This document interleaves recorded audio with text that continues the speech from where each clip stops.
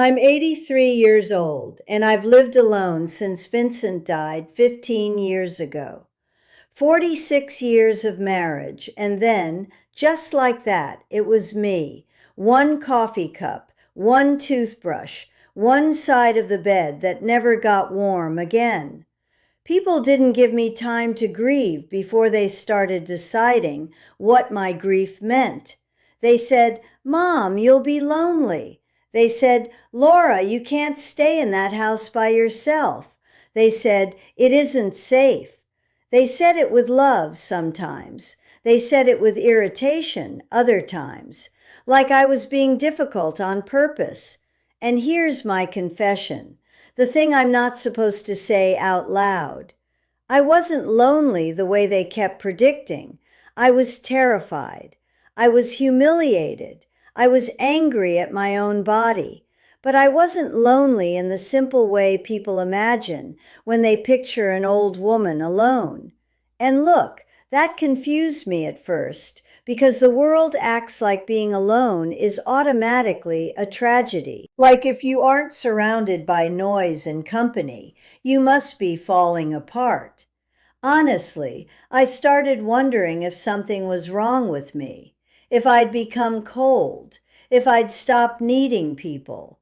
But then I lived through something that forced me to separate alone from unsafe and quiet from forgotten.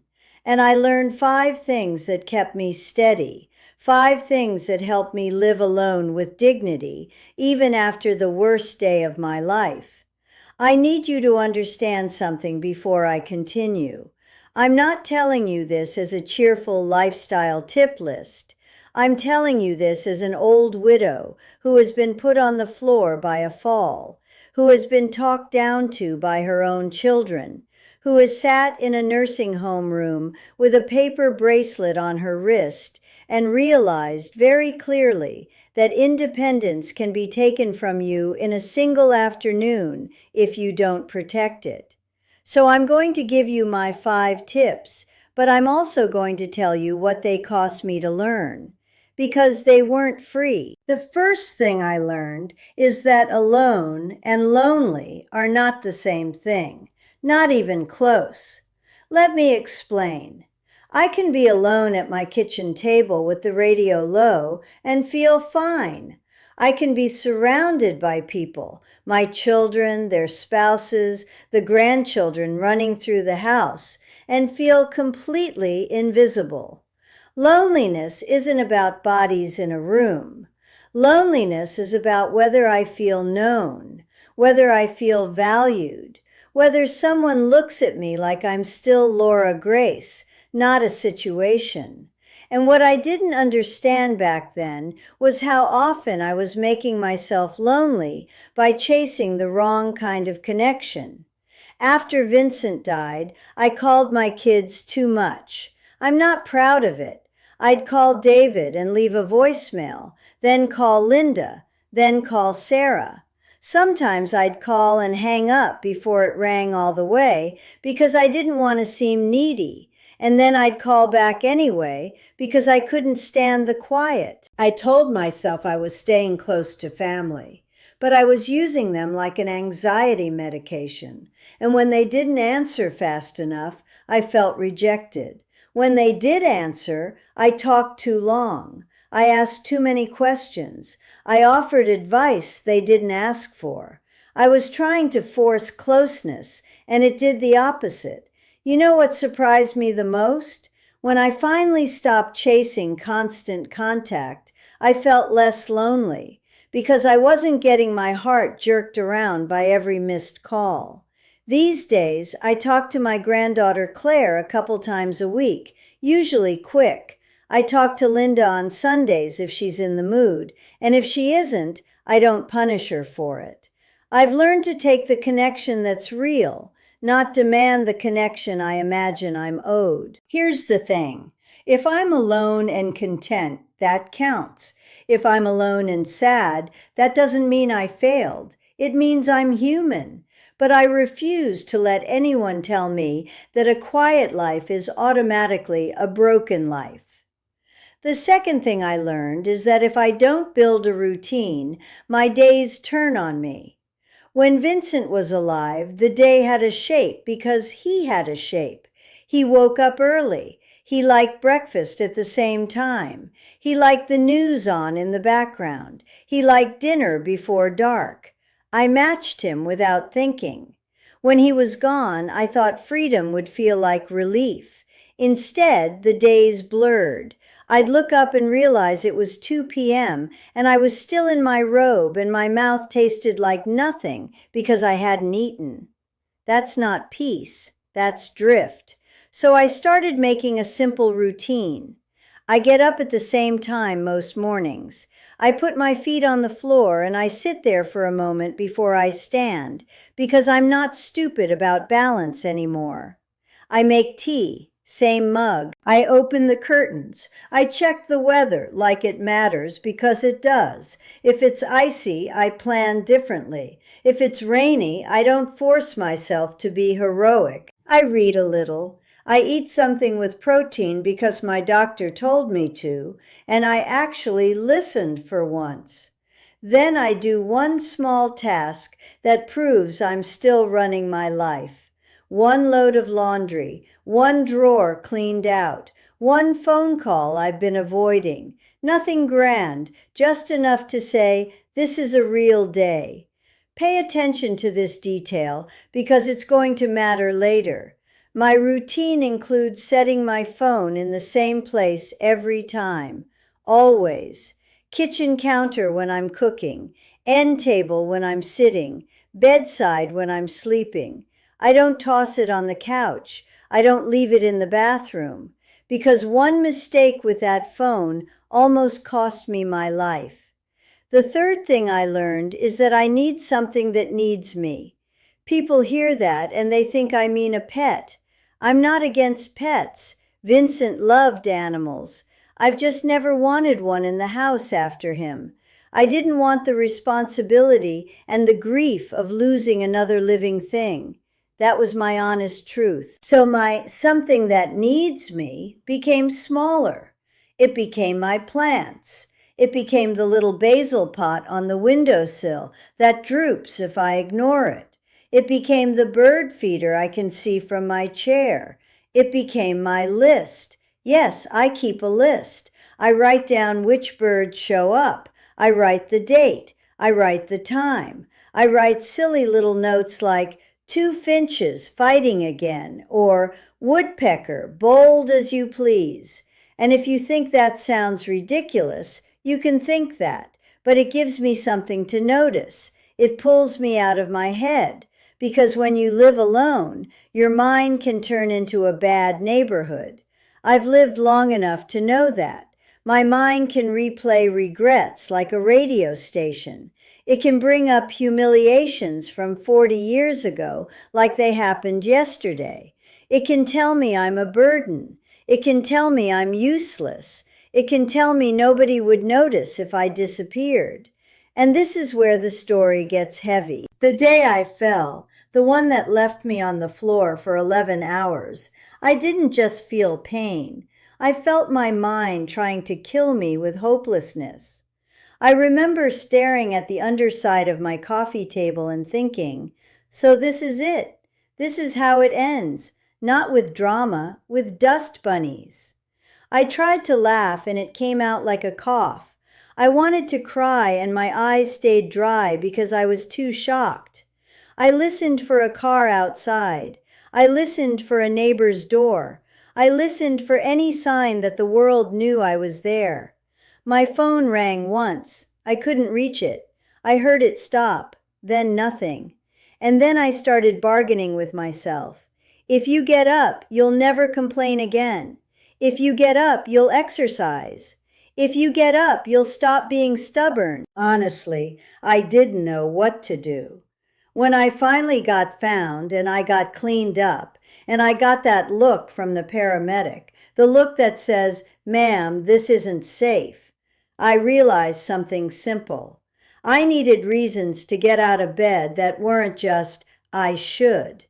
I needed small living things and small responsibilities that tethered me to the day. After that night, I started paying attention to what helped me stay present. The birds helped. The plants helped. Even folding a towel helped.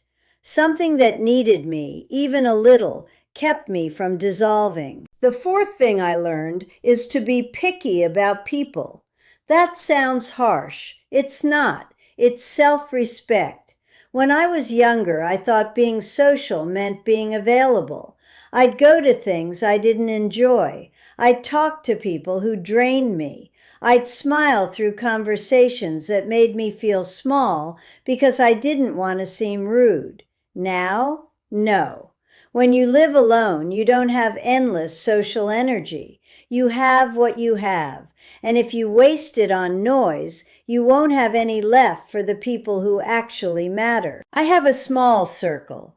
I have a neighbor named Helen who's close to my age and doesn't treat me like a child.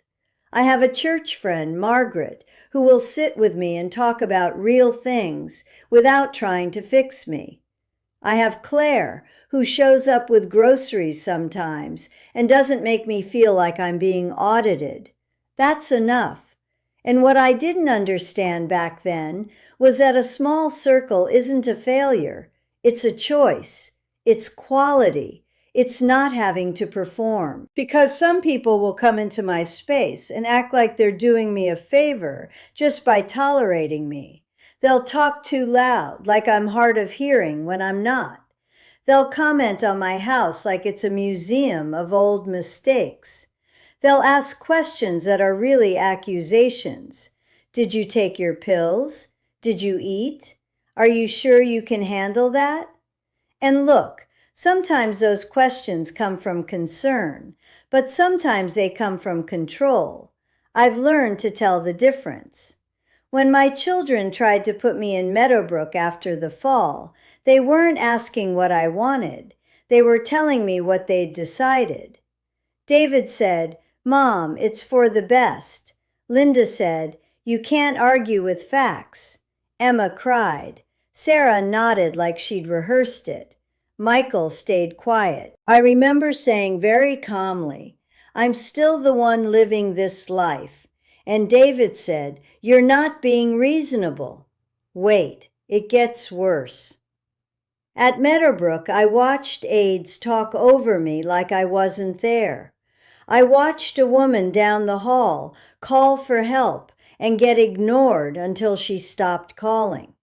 I watched a tray of cold food get set down like feeding an animal. I'm not exaggerating. I was there. I saw it. I felt it. I didn't belong there. Not because I'm better than anyone, because I wasn't done living my own life. So I became picky. I became protective. I stopped giving my time to people who wanted to manage me instead of know me. After that month, I started writing little rules for myself. Not inspirational quotes, rules, like no throw rugs, like shoes on before I stand, like phone within reach, like if I feel dizzy, I sit.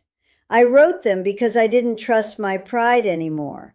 I didn't think anybody would ever see those notes. I kept them in a drawer. I didn't know it at the time, but Claire found them months later when she was looking for a stamp. She sat at my table and said, "Grandma, other women need this." She's the one who helped me put it online. She named it The Ultimate Guide to Freedom. I still feel strange about it, honestly, but I'm telling you now so you understand where it came from. It came from fear. It came from humiliation. It came from me refusing to go quietly. The fifth thing I learned, and this is the big one, is that I have to actually like myself. Because when I live alone, I'm with myself all day. There's no escape into someone else's schedule.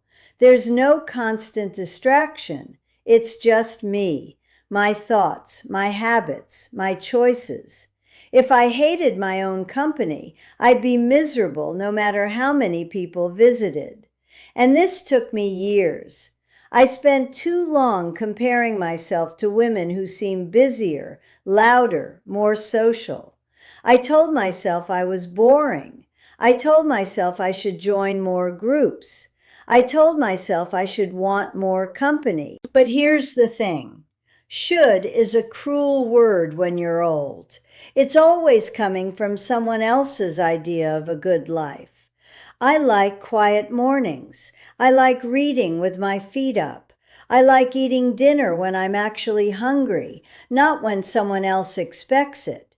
I like going to bed early. I like my little routines. I like my solitude when it's chosen. And I also miss Vincent. I miss him every day. I miss the sound of him in the bathroom shaving. I miss him clearing his throat before he told a joke. I miss him saying my name like it was a safe place. There's an empty chair feeling that never goes away. But missing someone isn't the same as being lonely. And what I didn't understand back then was that grief can live alongside contentment. I can be sad he's gone and still be proud that I'm standing on my own 2 feet. I can cry in the kitchen and still make my tea. I can feel the ache and still feel free. So if you're living alone and struggling, I want you to ask yourself something, and I want you to be honest. Are you lonely because you truly don't have connection that matters? Or are you lonely because you think you're supposed to be lonely? Those are different problems. One needs connection. The other needs permission. Now I'm going to close this the way I always do, plainly. One of my children called me last week and said, "Mom, people are watching you. They're talking. You're making the family look bad." And I said, "Good. Maybe someone needs to hear it." But after I hung up, I sat here and I thought about taking my book down. I'm 83 years old. I'm not a salesperson. I'm a widow with a scar on her hip and a stubborn streak that keeps me in my own home. I still feel embarrassed that the ultimate guide to freedom exists at all. But I also know what it's done for women who felt trapped and ashamed and scared, the way I felt on that floor. So I'm going to tell you directly. The link to the ultimate guide to freedom is in the pinned comment. I might take it down soon because I'm losing my nerve and because my son keeps pressing me. So if something I said today reached you, click it now. Don't wait. And if my story put words to something you've been carrying, leave a like. It tells me to keep going when I'm tempted to go quiet. I read every comment you leave, every single one. If you've been living alone and people keep acting like it's a tragedy, tell me what they say to you. I'm here. Subscribe if you want to keep talking. Every week I sit at this table and I tell you the truth because someone has to, and because I know I'm not the only woman living it.